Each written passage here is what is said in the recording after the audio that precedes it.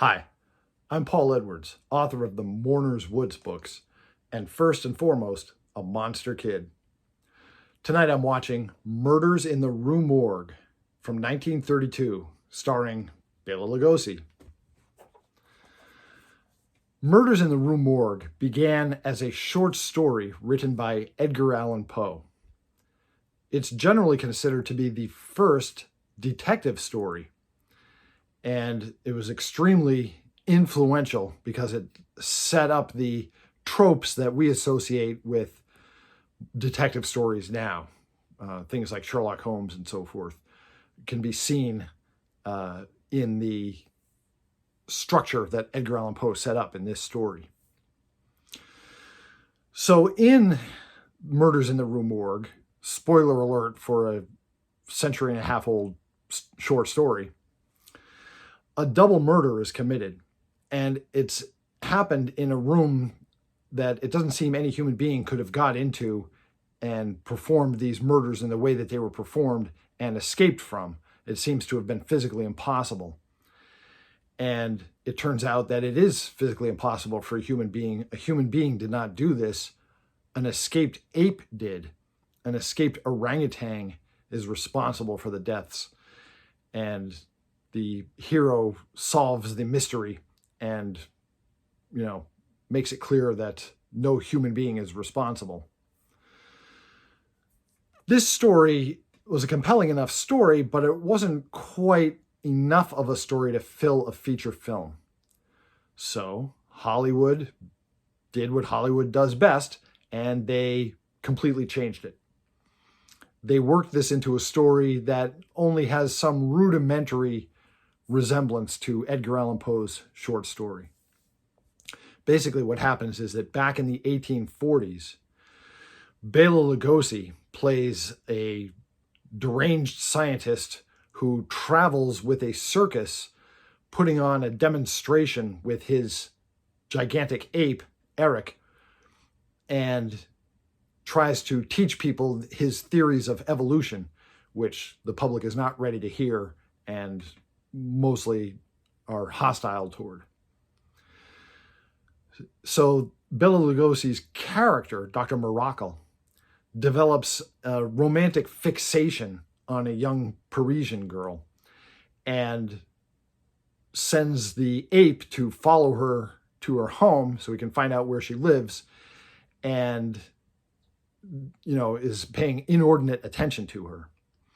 Meanwhile, Dr. Miracle has a whole dark underbelly to his operation. He is abducting women off the streets of Paris at night, injecting them forcibly with gorilla blood from Eric, and trying to prove man's kinship with the ape through this barbaric science experiment. And of course, as you might expect, everybody he injects with gorilla blood drops dead, and then he has to discard the corpses.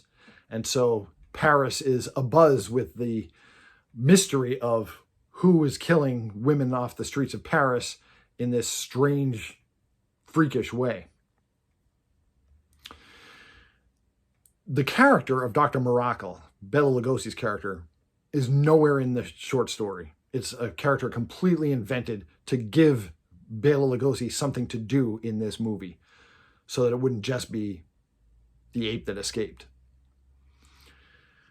But certain aspects of this movie are scenes from the book, one of which is that witnesses to the homicide each heard a babbling language coming from the room at the time of the murder, and each person thinks it was a different foreign language, and no two witnesses can agree on which foreign language was being spoken, because it wasn't a human language at all. It was the babble of Eric, the intelligent ape.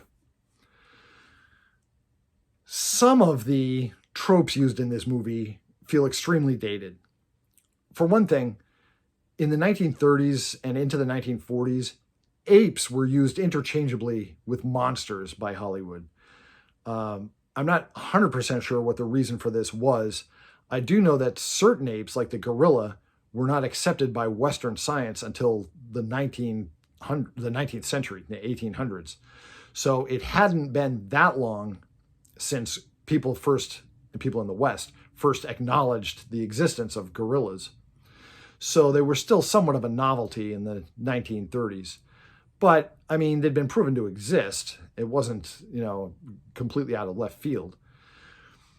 But I think they were strange enough to the public that they could be seen as something, mysterious.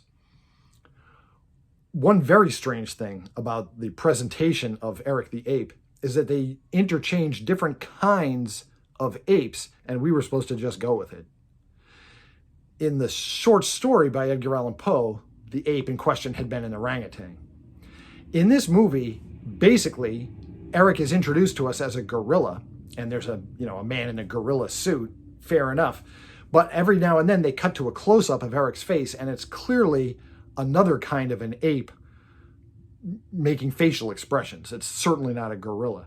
And the audience, I guess, is just supposed to think, oh, this is an ape, and one ape's the same as another. Well, we don't. It doesn't work that way, and the effect is jarring, especially to us now that we're more familiar with the various species of primates. You're like, no, what are they doing? Putting a picture of a different kind of an ape in here.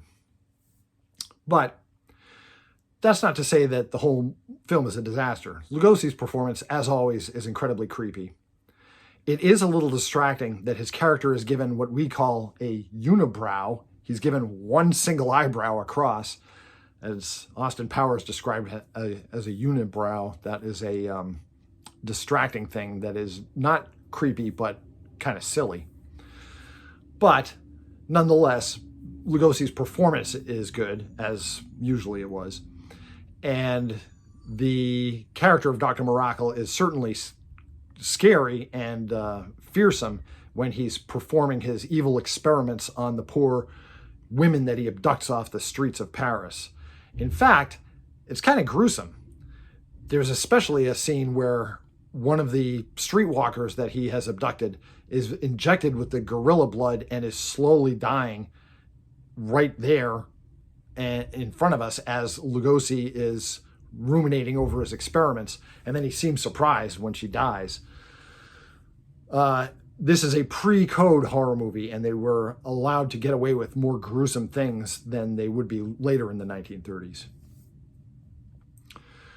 Another thing that works really well in this film, though, is the final scene, and this is not much of a spoiler. This is the tiniest bit of a spoiler, but you can see this coming a mile away if you're watching the film.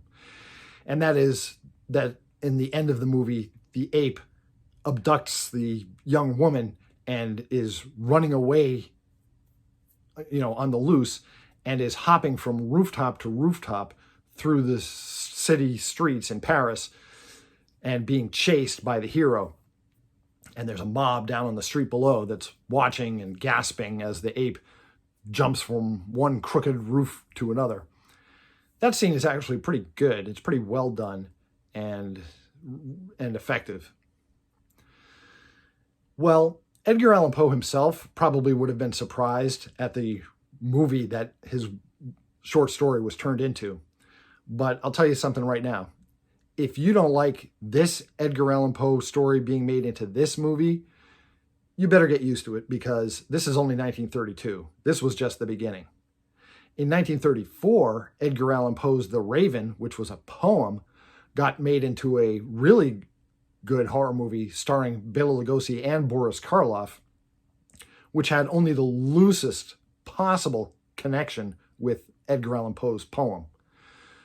Then, in the 1960s, Roger Corman completely went to town, making a series of very successful Edgar Allan Poe film adaptations that really had next to nothing to do with the Edgar Allan Poe short stories they were named after.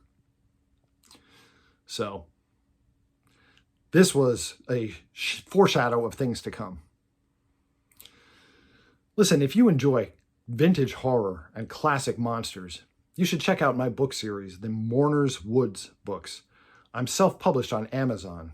I've written a series of novels that all take place in a haunted forest. And I've recreated the vibe and feel of 20th century B movies in a contemporary setting. My name again is Paul Edwards. My books are the Mourner's Woods books, for sale on Amazon. Thanks for letting me talk to you some about Murders in the Rue Morgue. I'll see you in Mourner's Woods.